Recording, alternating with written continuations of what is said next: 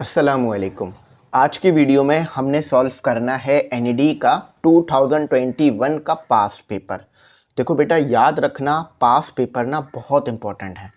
Past paper में वो MCQs होते हैं जो कि पूछे गए हैं या जो कि पूछे जाते हैं, सही है। तो इसी टाइप के एमसीक्यूज आगे भी आ सकते हैं। आपको अंदाज़ा हो जाता है कि मुझे किस तरह के एमसीक्यूज की प्रैक्टिस करके जानी है। ये जो एमसीक्यूज हैं ना तो बहुत बेसिक लेवल के हैं और ना ही बहुत ज़्यादा हार्ड लेवल के हैं, ना ही बहुत ज़्यादा प्रो लेवल के हैं। ये जो है वो मॉडरेट मीडियम लेवल के एमसीक्यूज हैं। तो इनको समझने के लिए जस्ट आपके पास फार्मूला होना चाहिए, मतलब एमसीक्यू सॉल्व करना है तो बस फार्मूला पता होना चाहिए और वैल्यूज़ कैसे पुट करनी, आंसर आ जाएगा। कोई कंडीशन वगैरह इतनी ज़्यादा इसमें नहीं होती, ठीक है। तो आपने जो मैं समझा रहा हूँ अच्छी तरह से देखना है और अगर ग्रुप में ऐड होना चाहो तो हो जाना। देखो ग्रुप की डिटेल चल रही है, ग्रुप में लेक्चर्स दे चुका हूँ, ठीक है। पास्ट लेक्चर्स भी आपको मिल जाएंगे, नोट्स भी मिल जाएंगे, यानी एमसीक्यूज बुक्स और सब मिल जाएगा। तो चलो इसको स्टार्ट करते हैं। मैं आपको इस तरह से समझाऊंगा कि ना सिर्फ ये एमसीक्यूज समझ में आए बल्कि टॉपिक भी थोड़ा सा रिवाइज हो जाए हमारा। चलो सबसे पहला एमसीक्यूज हमारे पास क्या है? सबसे पहला एमसीक्यूज हमारे पास है if the sum of n terms of a series. देखो आपके पास ना एक सीरीज दी हुई होगी। अब मैं सीरीज जो है ना एग्जाम्पल के तौर पे ले रहा हूँ, ठीक है। एग्जैक्ट ये सीरीज नहीं होगी, कोई भी सीरीज हो सकती है, जैसे 2, 4, 6, 8। एक ये सीरीज दी हुई है आपको, ठीक है। सीरीज है ना, इसमें नंबर्स आ रहे हैं एक के बाद एक। अच्छा, उन सीरीज के सम निकालने का फॉर्मूला ये है। अब सम कैसे निकलता है कि भाई आपको जो है ना 2 से लेकर 8 तक के नंबर का सम निकालना है। तो आप जस्ट क्या करोगे, ये फॉर्मूला यूज करोगे, एन की वैल्यू रखोगे। एन की वैल्यू क्या होगी? 1, 2, 3, 4, ठीक है। और आपके पास सम आ जाएगा। अच्छा एक बात मैं बता दूं कि ये इस सीरीज के सम का फॉर्मूला नहीं है, इसकी सीरीज कुछ और होगी, वो सीरीज हमें नहीं पता। ये सीरीज मैंने एग्जाम्पल के तौर पे ली है, ठीक है। अब वो ये कह रहे हैं कि इस सीरीज में, फॉर एग्जाम्पल अगर मैं इसको आगे ले लूं, इस सीरीज में 6 टर्म में क्या नंबर मौजूद है आपको ये बताना है। जैसे ये वाली सीरीज है ना, अब मैं आपसे पूछूं 6 टर्म कौन सी है तो आप देख के बता दोगे 1, 2, 3, 4, 5 और ये जो हो गई आपकी 14। तो आपकी जो 6 टर्म क्या हो गई? 14 हो गई। यहां तो आपने देख के बता दिया, लेकिन अब आपको देख के नहीं बताना, आपको सॉल्व करके बताना है कि ये जो सम का फॉर्मूला है इस सीरीज में 8वीं टर्म कौन सी होगी, 6ठी टर्म कौन सी होगी, यानी 6 वाली टर्म कौन सी होगी, आपने ये बताना है। तो चलो अब इसको सॉल्व करते हैं। आपको यहां जस्ट फॉर्मूले से सॉल्व करना है, ठीक है, और कंडीशन समझनी है जो मैं आपको बताऊंगा। बहुत आसान है, कोई ज़्यादा मुश्किल नहीं है, इजीली हो जाएगा आपके पास, ठीक है। चलो सबसे पहले तो आपने क्या करना है, जब भी आपको ये बोले ना कि भाई टर्म बता दो, ठीक है, टर्म बता दो, और आपको पता नहीं चल रहा हो सीरीज कौन सी है। देखो अब इन्होंने ये नहीं कहा कि सीरीज अरिथमेटिक है, ज्योमेट्रिक है या हार्मोनिक है। अगर ये एम कहते तो हमने जो एम का फॉर्मूला पढ़ रखा है हम वो लगा लेते, सही है।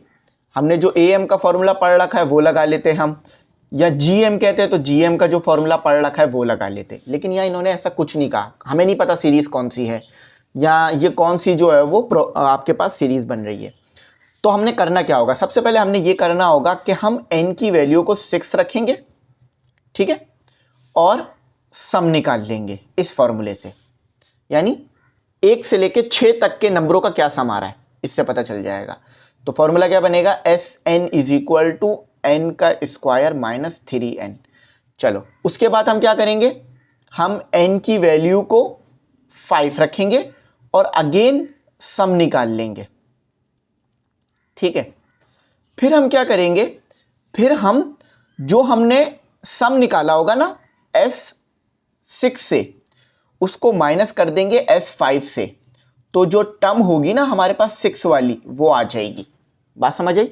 जब भी आपको इस तरह से सीरीज मिल जाए ना और वो कहें टर्म निकालो तो आपने यही काम करना होगा। एक आपने क्या करना होगा, एक तो आपने वो नंबर रखना होगा जिस नंबर का वो टर्म निकालने की कह रहे हैं, यानी 6 को रखना होगा, और फिर एक आपको 5 को। जब आप 6 - 5 करोगे तो बीच वाली जो टर्म है वो आ जाएगी ना आपके पास। यहाँ भी बिल्कुल वही चीज़ हो रही है, थोड़ा सा लॉजिकली सोचना, बात क्लियर हो चुकी है, समझ आ जाएगी। सबसे पहले हम सम निकाल लेते हैं 6 के लिए। तो क्या होगा, 6 का स्क्वायर माइनस 3 और 6। देखो ये हो जाएगा आपके पास 36 हो जाएगा ये आपके पास, ठीक है। मैथ के एमसीक्यूज थोड़ा टाइम लेते हैं क्योंकि इसमें हमें लॉजिक समझना होता है। 36 हो जाएगा और माइनस हो जाएगा 18, तो आपके पास जो आएगा आंसर वो भी 18 ही होना है। सही है, ये बात क्लियर हो गई। अच्छा, अब यहाँ भी यही कर लेते हैं, तो 5 का स्क्वायर हो गया माइनस 3 हो गया और 5 हो गया, तो ये आ गया आपके पास 25 माइनस 15, यानी S5 जो आ रहा है आपके पास वो 10 आ रहा है।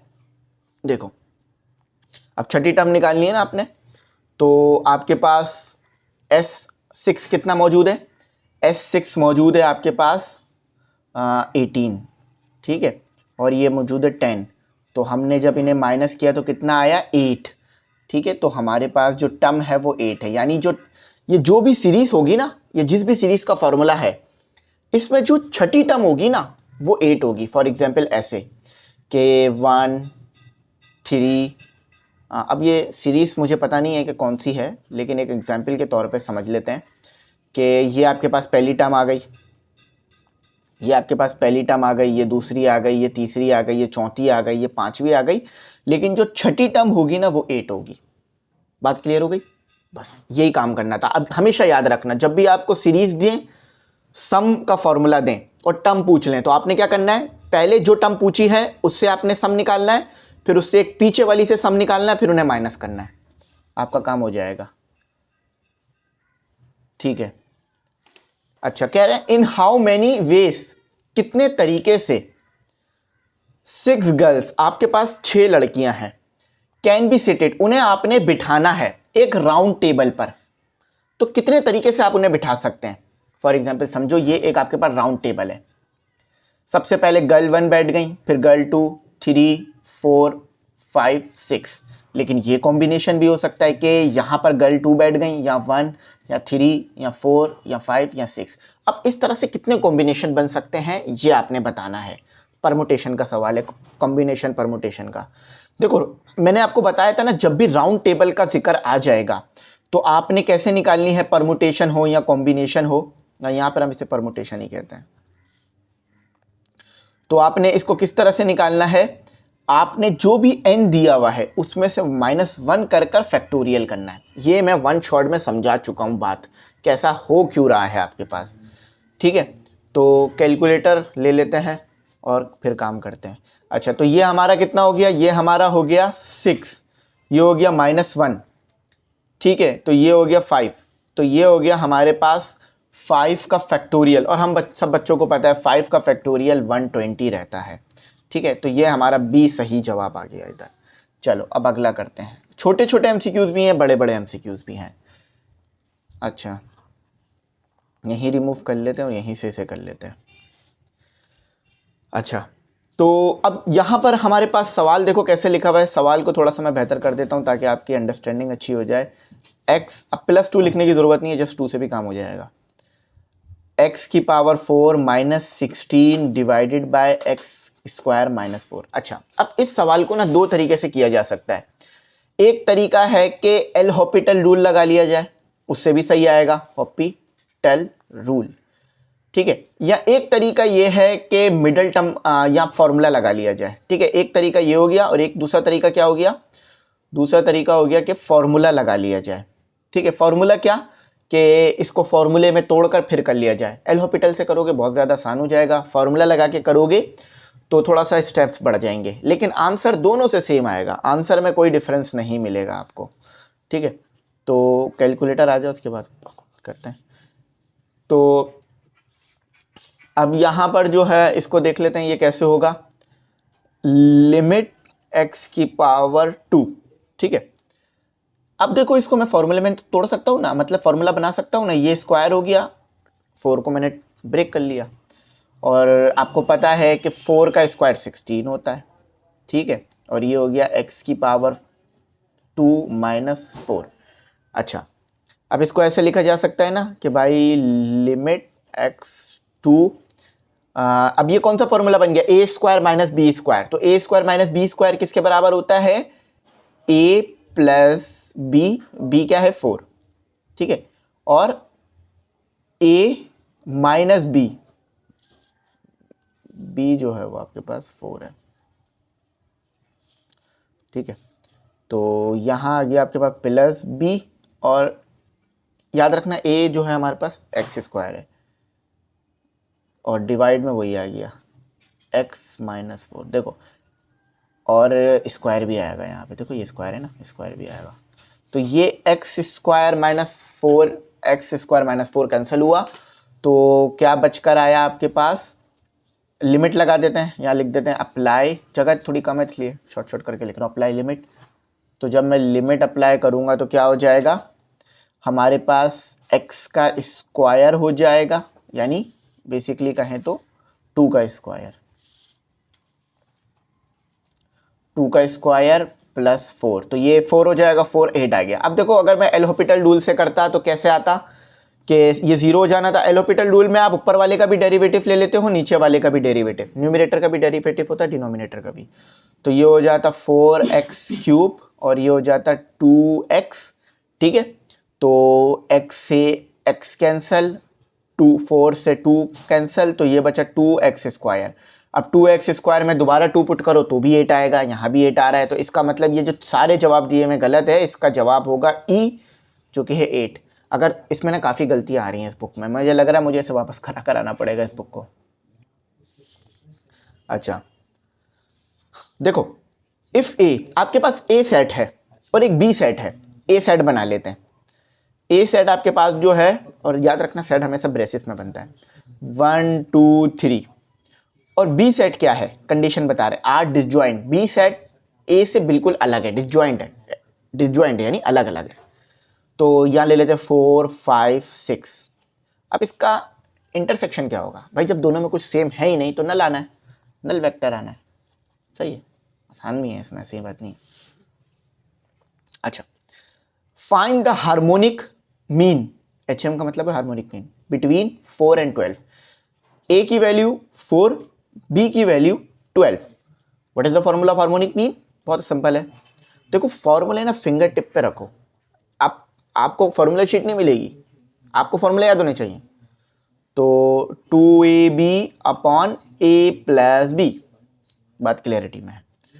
हार्मोनिक मीन आपको पता है, तो 2 आ गया, 4 आ गया, 12 आ गया, और 4 + 12 आ गया। तो हम कैलकुलेटर से डायरेक्ट कर लेते हैं, अलाउ होगा, और विद सिंपल कैलकुलेशन भी है तो कर भी सकते हो, मसले वाली बात नहीं है। The answer is 6, correct one is 6, ठीक है, 6 आ गया। तो 80 का जो हमारे पास जवाब है वो 6 है, बी, ठीक है। आंसर भी मौजूद है, सोल्यूशन भी मौजूद है, ठीक है। What is the multiplicative inverse of, इसका मल्टीप्लिकेटिव इनवर्स क्या है बच्चों, तो ये आपने जो है हमें बताना है। ए क्या है आपके पास, √2, बी क्या है आपके पास, √2। तो मल्टीप्लिकेटिव इनवर्स कैसे निकलेगा, मल्टीप्लिकेटिव इनवर्स के लिए फॉर्मूला क्या होगा, a upon a² + b², comma minus b upon a² + b², यही फार्मूला है ना मल्टीप्लिकेटिव इनवर्स का, ठीक है। तो वैल्यू सब्स्टिट्यूट कर देते हैं। a क्या है, √2। अब देखो a का स्क्वायर लूंगा तो भी 2 आएगा, b का स्क्वायर लूंगा तो भी 2 आएगा। देखो स्क्वायर से स्क्वायर रूट कैंसिल हो जाएगा ना, तो थोड़ा सा जल्दी भी कर लेते हैं। तो 4 आ जाएगा, यहाँ भी 2 + 2। तो अगर आंसर निकालें तो क्या आ रहा है, √2 अपॉन 4। तो मुझे जो आंसर मिल रहा है वो ये है, ये करेक्ट है। अब इसमें से कहीं भी करेक्ट नहीं है, इसमें तो बल्कि बी दिया हुआ भी है। तो इसका जो सही जवाब मेरे पास आ रहा है वो ये आ रहा है, √2 अपॉन 4 माइनस √2 अपॉन 4। एक बार आप भी वेरीफाई कर लेना, मैंने वेरीफाई कर लिया था। अच्छा, ये सवाल ना बहुत ज़्यादा पूछा जाने वाला सवाल है, और ये जस्ट एक छोटा सा फॉर्मूला लगता है, आंसर निकल जाता है। मैंने एनईडी के टेस्ट में ना एक चीज़ नोट की है, एनईडी के टेस्ट में वो बच्चा ईजिली अच्छा स्कोर कर सकता है, 80+ या 90+ कर सकता है, जिसके ना फॉर्मूले बहुत अच्छे हों। पता नहीं ऐसा क्या है एनईडी में, या बाकी यूनिवर्सिटीज़ में भी ऐसी होगा। एनईडी का जो टेस्ट होता है ना वो पूरा का पूरा फॉर्मूला बेस होता है, आपको बस आना चाहिए फार्मूला, आपका आंसर आपके सामने होता है। अभी भी आपने देखा कहीं भी मैंने कोई कंडीशन लगाई, हर जगह फार्मूला लगा रहा हूँ। बेशक कंडीशन से ही फार्मूला बनता है, मगर एनईडी वाले ना आपको कंडीशन में घुमाकर फॉर्मूला नहीं देते। देखो तीन तरह के एमसीक्यूज बेसिक होते हैं। एक तो डायरेक्ट आंसर आ जाता है जिसका बस पढ़ना है और आंसर समझ आ जाता है। एक होता है कि जस्ट फॉर्मूला लगाकर आ जाता है। एक होता है फॉर्मूला लगाने से पहले कंडीशन लगानी पड़ती है, चीज़ों को सिंप्लीफाई करना पड़ता है, समझना पड़ता है कि क्या क्या होगा। तो यहाँ पर एनईडी में ना जस्ट फॉर्मूले वाले आते हैं, बस फॉर्मूला लगाओ आंसर निकालो। अब ये बिल्कुल वही वाला है। आपको फॉर्मूला पता है तो ये बहुत हलवा चीज़ है, नहीं पता तो ये बहुत मुश्किल चीज़ है। अच्छा, फॉर्मूला देखो, फॉर्मूला क्या है? फॉर्मूला होता है डिस्टेंस का, यहाँ पे डी लिख देते हैं डिस्टेंस के लिए। फॉर्मूला होता है C2 minus C1 divided by whole radical. अब आप मुझसे पूछोगे सर ये कहाँ से आया, तो ये मैंने वन शॉट में कराया होगा आपको, उसमें देखोगे। ठीक है, अब फॉर्मूले की एक्सप्लेनेशन इधर तो नहीं दूंगा ना मैं आपको, ये तो काफ़ी बड़ा होता है ना। a का स्क्वायर प्लस b का स्क्वायर कैपिटल। अब आप बोलोगे a और b क्या है? देखो ये a है, ये b है, और ये भी देखो सेम है, a है और b है, तो कंफ्यूज होने वाली कोई चीज़ है नहीं कि a क्या है b क्या है, दोनों सेम ही है। ठीक है, और पैरेलल लाइंस है ना आपस में, तो ये सेम ही आएंगी। ठीक है, x और y की वैल्यूज इनकी सेम ही निकलेंगी। ठीक है, तो अब फॉर्मूला लगा लो। ये फॉर्मूला आ गया आपके पास। अगर नहीं दिख रहा तो मैं बता देता हूँ फॉर्मूला क्या लिखा है। c square minus a square whole radical b square plus a square. तो c स्क्वायर, अब देखो ये c1 है। अब आपको ना थोड़ा सा इस इक्वेशन को सेट करना पड़ेगा, वो इस वजह से कि इक्वल टू की जो चीज़ें हैं ना उसको इक्वल टू के एक तरफ कर लो। 3x plus 2y minus c equal to 0, यहाँ तो ज़रूरत नहीं है। तो c क्या है? a तो पता चल गया ना, यहाँ लिख देता हूँ। चलो a क्या है? 3x, लेकिन आपको जस्ट कोएफिशिएंट लेना है, ये कोएफिशिएंट को बता रहा है। b क्या है? 2। c क्या है? c1 6, लेकिन -6, और C2 क्या है? +6। देखो ये रहा C2 +6। अब सब पता चल गया A B C क्या है। अब बस आंसर निकाल लो, सारे पैरामीटर आ गए। तो +6 माइनस और -6 divided by whole radical. A का स्क्वायर 3 का स्क्वायर प्लस 6 का स्क्वायर 2 का स्क्वायर, तो क्या बना? ऊपर तो 12 आ गया। ठीक है, यानी ये या इसमें से कोई सही होगा। अच्छा, नीचे देख लेते हैं। नीचे आ गया आपके पास स्क्वायर रूट 13, तो सही क्या हुआ? सी, ये सही हुआ, सी सही हुआ। मैं एक बार इसे वेरीफाई कर लेता हूँ, क्योंकि इसमें ना देखो हमने जो निकाला है वो मैच ही नहीं कर रहा। हाँ, सी सही है। अब देखो इसमें ना मसला पता है किस चीज़ का मसला है? ये इधर आ रहा है, इनके ना आंसर सही नहीं है। देखो ठीक है, तो समझ में तो आ रहा है ना मैंने जो सोल्यूशन किया है ये कैसे आया? 9, 3 का स्क्वायर 9, 2 का स्क्वायर 4, 9 प्लस 4 13, और ऊपर तो 12। अच्छा, अब हमें थोड़ी सी ना जगह चाहिए होगी, तो हम क्या करते हैं, हम अपनी पेज को ना बड़ा कर लेते हैं, क्योंकि इसका जो सोल्यूशन है ना, ऊपर वाले का सोल्यूशन थोड़ा सा लेंदी आएगा। ये लो जगह मिल जाएगी। थोड़ा सा अगर हम साइज नहीं, बल्कि साइज को हमें थोड़ा छोटा करना पड़ेगा। अच्छा देखो, अब यहाँ पर हमारे पास जगह आ गई है सोल्यूशन करने की, क्योंकि इसका सोल्यूशन थोड़ा सा ना बड़ा है। मुश्किल नहीं है, बस बड़ा है। आती हैं आपको चीज़ें। कॉम्प्लेक्स नंबर तो आप लोगों का अच्छा होता है, क्योंकि कॉम्प्लेक्स नंबर आप पूरा साल ही पढ़ लेते हो, शुरू के चैप्टर होते हैं। अच्छा, सबसे पहले तो ये याद रखना आयोटा स्क्वायर इक्वल टू -1 होता है।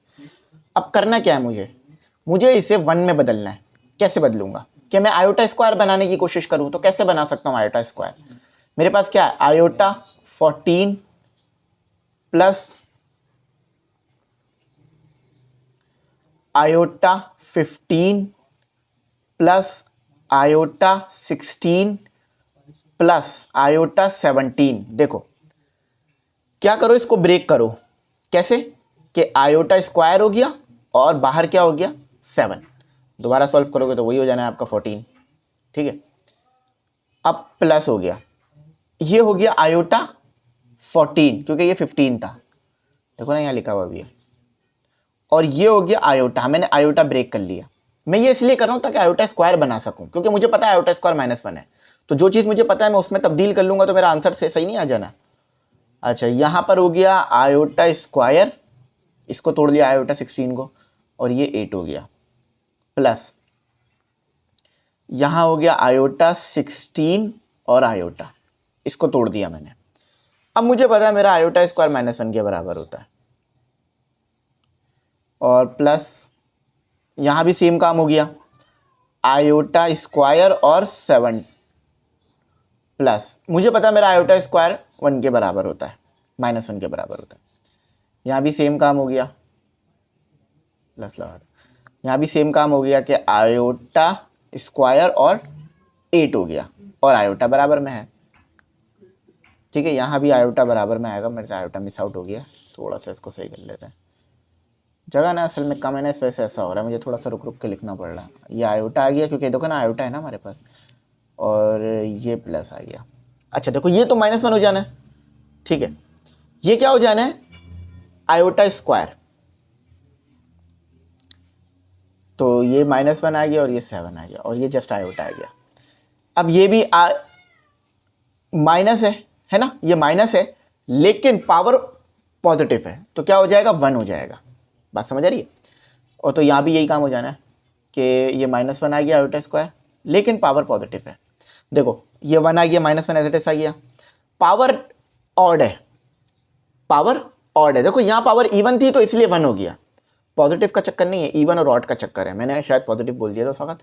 पावर इवन होगी तो अंदर वाला साइन माइनस का प्लस हो जाएगा, अगर पावर ऑड होगी तो प्लस प्लस ही रहे, तो माइनस माइनस ही रहेगा।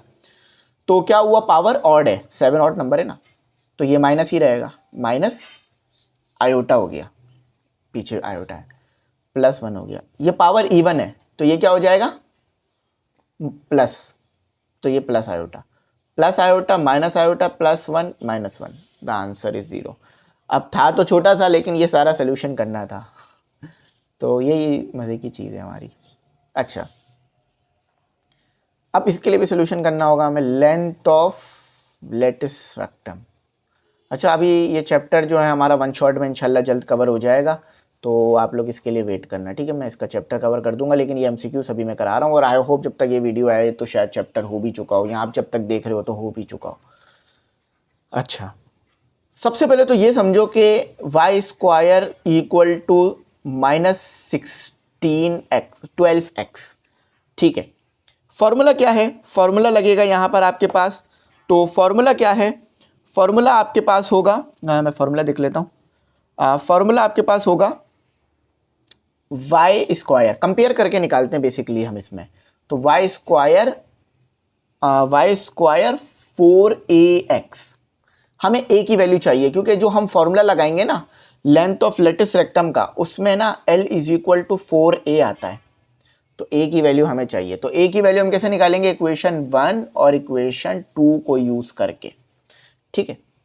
तो देखो इन दोनों को कंपेयर करा जा सकता है, तो ये हो जाएगा -12x equal to 4ax, x से x वैनिश हो गया, 4 से 12 वैनिश हो गया, तो जस्ट a = -3 आ गया। This is our final one आ गया। अब फॉर्मूला तो आपको पता है, l = 4 - 3, तो l = 6, 12। अब आप बोलोगे सर 12 को पॉजिटिव क्यों लिख रहे हो, नेगेटिव क्यों नहीं लिख रहे, माइनस है। लेंथ कभी नेगेटिव देखी है, लेंथ तो पॉजिटिव होती है ना, तो दैट्स वाई ये a इसका सही जवाब आएगा। अच्छा अब इसको भी यहीं रिमूव कर लेते हैं, क्योंकि हमें वो दूसरा भी करना होगा, ठीक है।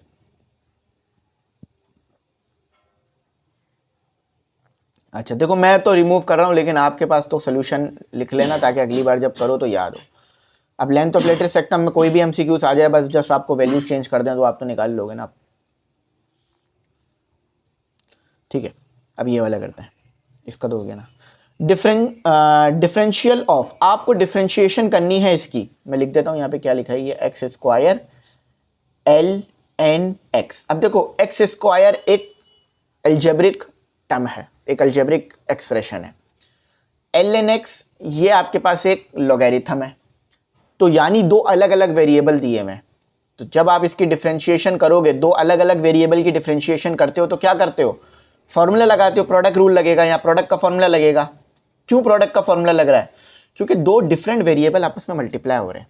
तो एक को कह लो u, अब जिसमें जिसकी मर्जी है उसको u कह लो, तो x स्क्वायर को कह लेते हैं u, और v कह लेते हैं किसको, ln x को। ठीक है, तो प्रोडक्ट का फॉर्मूला क्या है, प्रोडक्ट का फॉर्मूला होता है आपके पास uv, आपको उसमें एमसीक्यू में लिखने की जरूरत नहीं है फॉर्मूला। तो v u का डेरिवेटिव प्लस u और अब v का डेरिवेटिव, फॉर्मूला ऐसे भी लिख सकते हो कि u v प्लस v और डेरिवेटिव फिर u, बदल सकते हो फॉर्मूला अपनी कंडीशन के मुताबिक। ये v है भाई, u नहीं है, ठीक है। अच्छा, अब पुट कर लेते हैं जरा चीज़ों को। तो v क्या है, ln x, u क्या है, u आपके पास है एक्स स्क्वायर और प्लस दोबारा एक्स स्क्वायर और अब दोबारा आपके पास v क्या है, ln x। अच्छा देखो, तो ये कितना हो गया आपका, ये हो गया आपका 2x हो जाएगा। ln x का तो डेरिवेटिव नहीं होगा क्योंकि उसके साथ डेरिवेटिव नहीं है, जस्ट डेरिवेटिव एक्स स्क्वायर के साथ है। तो ये क्या हो जाएगा 2x और ln x और x square as it is आ जाएगा। अच्छा, इसका डेरिवेटिव क्या होगा 1/x, तो 1 मल्टीप्लाई करा दिया एक्स स्क्वायर के साथ और x को अपॉन में लिख दिया, और विदाउट ln डेरिवेटिव ले लोगे तो 1 ही आना है, ठीक है। तो x, एक x से एक x कैंसिल हुआ, तो पहले x लिख लिया फिर लिख लिया 2x ln x। तो ये समझ में आ रहा है ना कि ये वाला जवाब सही है, डी, ठीक है, x plus 2x ln x। Screen बड़ी कर लेते हैं, बल्कि ऑलरेडी बड़ी है स्क्रीन हमारी। अच्छा चलो, अब थोड़ी जगह मिल जाएगी। कहते क्या है, if a coin is tossed twice, एक सिक्के को 2 बार उछाला है आपने, ये याद रखना। देखो एक सिक्का है, इसको आपने 2 बार टॉस किया है, पहले एक टाइम फिर दूसरे time. Find the probability of setting at least 1 head, कम से कम एक हेड आने की क्या प्रोबेबिलिटी है, एक हेड आना चाहिए।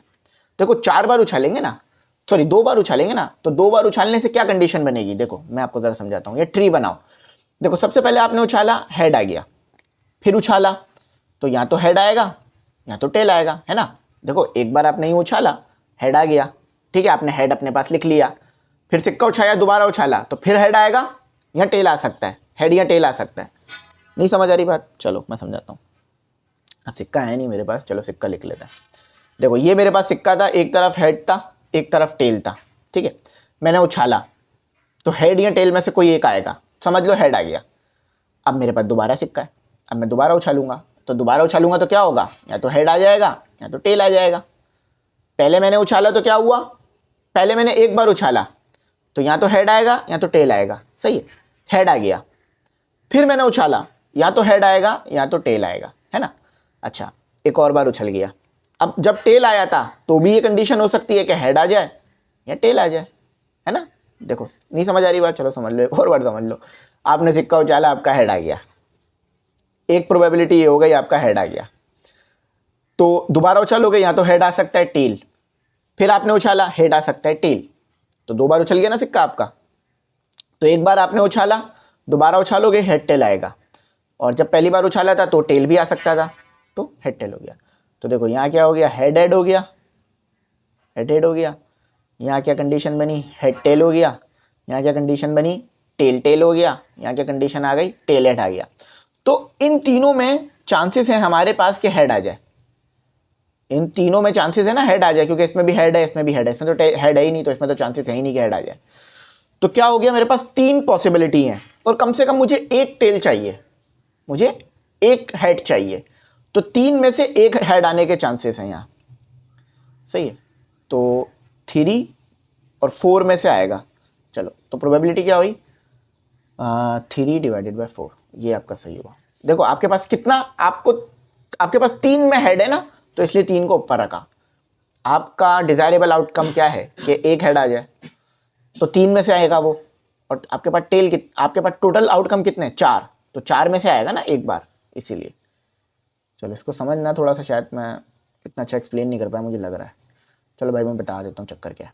देखो आपके पास टोटल कितने फेवरेबल रिजल्ट मौजूद है, मतलब कितने में आपके पास हेड आ सकता है, 3 में आ सकता है ना, यानी 3 आप ऊपर रखोगे फेवरेबल आउटकम, और टोटल कितने, 4 में से आना चाहिए, तो इसलिए उसको नीचे रखा। A circle with radius r, चलो इसको समझ के करना पड़ेगा। एक सर्कल है उसका रेडियस आर है, तो रेडियस बना लेते हैं, ये आर हो गया। सेंटर ओ, सेंटर को ओ कह दिया, ये सेंटर है। हैविंग 2 पॉइंट्स, उस सर्कल में 2 पॉइंट हैं, एक ए पॉइंट है और एक बी पॉइंट है। देखो ये रहा, जिसको डायग्राम बनाता हूँ ना उसको ज़्यादा अच्छा समझा लेता हूँ। तो ये ए पॉइंट हो गया, ये बी पॉइंट हो गया। वो कह रहा है फाइंड द एरिया, ये एरिया लिखा हुआ है, ठीक है, शायद थोड़ा सा शॉर्ट आ रहा हूँ। Area of O A B, आपने ओ ए बी का एरिया बताओ। देखो ओ ए बी, सबसे पहले ये एक सी स्ट्रेट लाइन ड्रॉ कर लो। ट्राइंगल है ना, एरिया ऑफ ट्राइंगल क्या होता है? 1/2 ए का square, length multiply by base. समझ लो पाइथागोरस थ्योरम, एरिया का फॉर्मूला लगा रहा हूँ। तो ये हो गया लेंथ ओ ए हो गया और मल्टीप्लाई बाय ओ बी हो गया, ठीक है। देखो ये ओ ए ओ बी, लेकिन यहाँ साइन थीटा भी आएगा, ठीक है, क्योंकि एंगल भी है ना। अच्छा, अब देखो ओ ए और ओ बी दोनों रेडियस ही बनेंगे ना भाई। देखो सर्कल में तो आप किसी भी पॉइंट पे चले जाओ, रेडियस तो सेम ही रहता है ना। तो क्या हो गया, 1/2 r multiply by r sine theta. तो ये आर का स्क्वायर हो गया, तो आर का स्क्वायर अपॉन 2 साइन थीटा। अब देखो शायद यहाँ थीटा लिखना चाह रहे हो, ये सही जवाब है, थीटा। देखो इस थीटा दे भी आ गया। अच्छा ये सवाल आसान है, बस जस्ट फार्मूला देखो, हर तरफ फार्मूला, कहीं कोई कंडीशन इतनी ज़्यादा नहीं लगती। एनईडी का टेस्ट आसान होता है सिर्फ उस बच्चे के लिए जो पढ़ के जा रहा है, बाकी तो भाई मुश्किल ही होगा। अच्छा अब इसको भी सॉल्व कराते हैं। एमसीक्यूज नंबर कौन सा चल रहा है?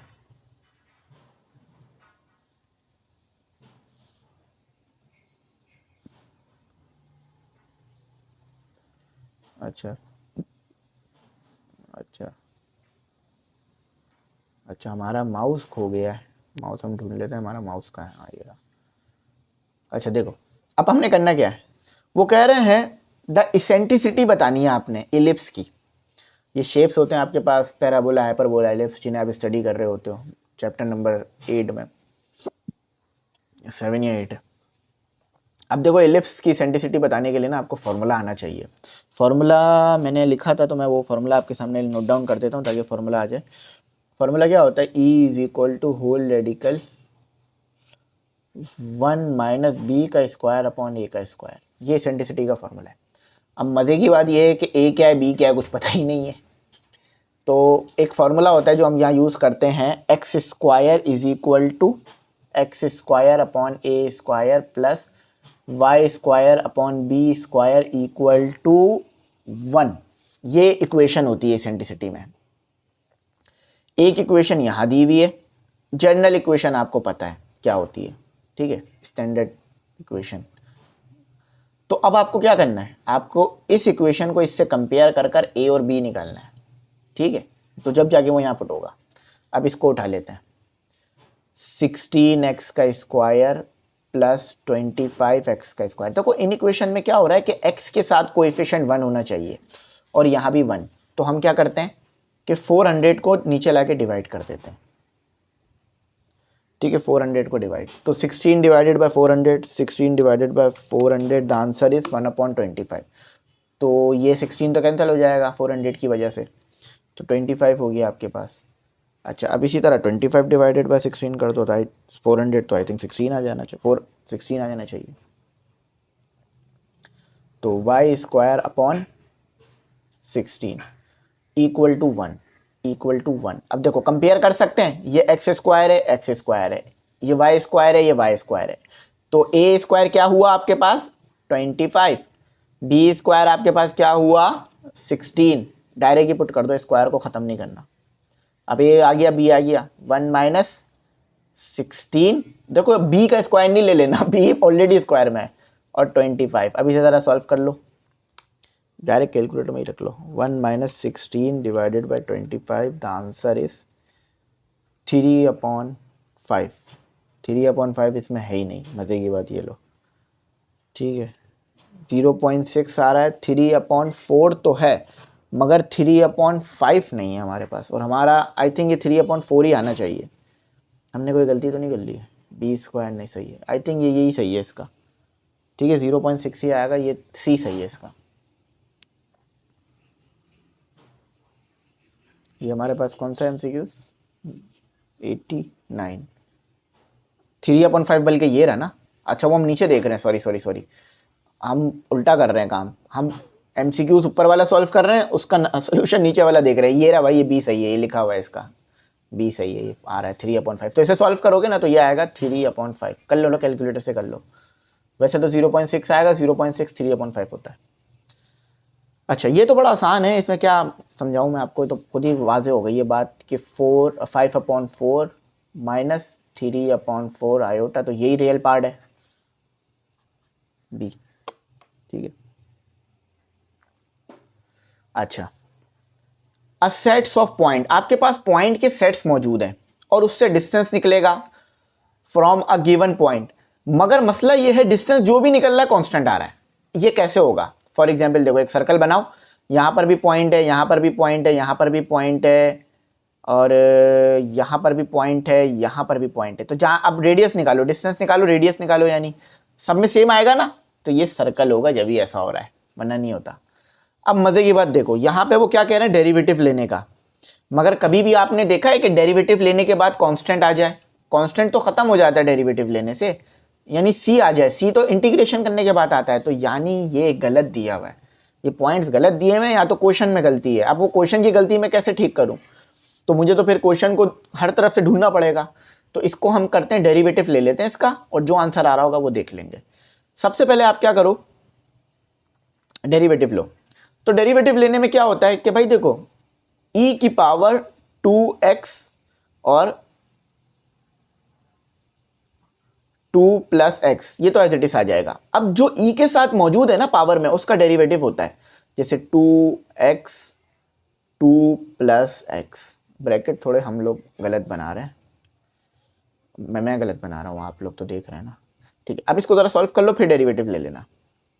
सबसे पहले सिंप्लीफाई किया करो, फिर डेरिवेटिव लिया करो। 4x + 2x का स्क्वायर, तो इसको ज़रा मैं सॉल्व करूंगा तो क्या होगा डेरिवेटिव लेने के बाद, 4 + 4x, और फिर ये भी आ जाएगा इसके साथ, तो e 2x 2 + x, और डेरिवेटिव लिया तो 4 + 4x, ये डेरिवेटिव आ रहा है। तो ये इसका सही जवाब है। अब इसमें से तो कोई कहीं कुछ इस तरह दिया हुआ नहीं है इन्होंने, ठीक है। ये तो बहुत आसान है। देखो आपको पता है ω³ = 1 के बराबर होता है, तो इसको ब्रेक कर लो। ω33 है ना, तो 3 को अंदर रख लो, 11 को बाहर रख लो, तो ये क्या हो जाएगा 1 और 30 11, तो ये हो गया 1, जस्ट आंसर 1 आ रहा है ना, ये रहा। मल्टीप्लिकेटिव इनवर्स इसका ये भी होता है ओमेगा का, और इसका ये भी होता है, तो ये इसका डी सही है। अब इसमें क्या सॉल्व कराऊँ, आपको पता ही चल रही है बात। अच्छा, आपके पास एक मैट्रिक्स है, इफ ए एंड बी, एक ए और बी मैट्रिक्स है, वो नॉन जीरो हैं और सेम भी हैं, सेम डायमेंशन है, यानी रो और कॉलम सेम है, तो फिर आप ये a - b का स्क्वायर कैसे सॉल्व करोगे? तो भाई इसमें कुछ दिया हुआ ही नहीं है, ये डी में इसमें नन आना है। मैं एक बार इसको वेरीफाई कर लेता हूँ कि ये नन ही है ना, हाँ इसमें नन आना है आपका जवाब, ठीक है। इसमें नहीं, ऐसे नहीं होता, ये अलग तरीका होता है इसका। अच्छा, मज़े की बात ये है कि ये ए लिखा हुआ है ना, अब देखो कितनी ज़्यादा गलतियाँ इसमें मौजूद हैं। ये अब पता है मसला क्या हो रहा है, ये गलतियाँ आने की वजह से ना ये प्रॉब्लम आ रही है कि जब मैं इसे खुद सॉल्व कर रहा होता हूँ ना, तो मुझे फिर एक चीज़ को जो मुझे 5 मिनट देने हैं ना, या 2 मिनट देने हैं, वो मुझे आधा घंटा देना पड़ जाता है, क्योंकि सही करना पड़ जाता है, फिर इसे ढूंढना पड़ता है कि कहाँ से ये सही हुआ होगा, क्योंकि क्वेश्चन मैं अपने पास से बना दूँ तो मसला होगा ना। अब देखो ना, यहाँ ए स्क्वायर लिख दिया, फिर तो ये 0 हो जाना है, सिंपल। अब देखो होगा क्या, सिंपल अंदर फॉर्मूला लग रहा है a² - b², तो क्या हो जाएगा a + b और a - b, ये हो गया। अब आपको पता है प्लस की कंडीशन, लॉग के साथ जब प्लस हो रहा हो तो क्या होता है, लॉग जो है वो मतलब जब अंदर वाली चीज मल्टीप्लाई हो रही हो, ये आप लोगों ने पढ़ा है ना, लॉग ए बी, ये प्रॉपर्टी पढ़ी है ना, तो क्या हो जाता है इस सिचुएशन में, लॉग ए प्लस लॉग बी, समझ लो ये ब्रैकेट ए है, ये ब्रैकेट बी है, तो यह क्या हो जाएगा a + b plus log a + b, ये सही है सी। समझ में आ गया ना बात। अच्छा, अब इसमें लगेगा एक फार्मूला, वो फार्मूला मैं आपको लिखवा देता हूँ ताकि आप लोगों को याद रहे। फार्मूला लगेगा, इसमें बोल रहे हैं टाइम, हाँ पीरियड ऑफ, आपको पीरियड बताना है कि ये चीज़ें कब आपस में रिपीट होंगी, ये रिपीट कब होंगी। तो t = 2πk। अब कुछ ऐसे होते हैं जो चैप्टर के डीप्थ में होते हैं, ये ऐसा एमसीक्यूज है कि चैप्टर के डेप्थ में है। तो अगर आपने चैप्टर बहुत डेप्थ में पढ़ा होगा तो ये आपको पता होगा। अब आपके पास वो कहाँ से आएगा, तो देखो साइन x अपॉन 2, ये कैसे अगर मैं जनरल फॉर्म लिखूं तो क्या होगी इसकी, साइन के एक्स। देखो x से x कैंसिल, साइन से साइन कैंसिल, तो क्या k क्या हुआ 1/2, तो इधर पुट करो तो 2 पाई डिवाइडेड बाय 1/2, तो ये ऊपर होके रेसिप्रोकल होके 4 पाई आएगा, ये लो 4 पाई। ये तो सिंपल है, वो कह रहे हैं, चलो मैं थोड़ा सा इसको इधर कर लेता हूँ।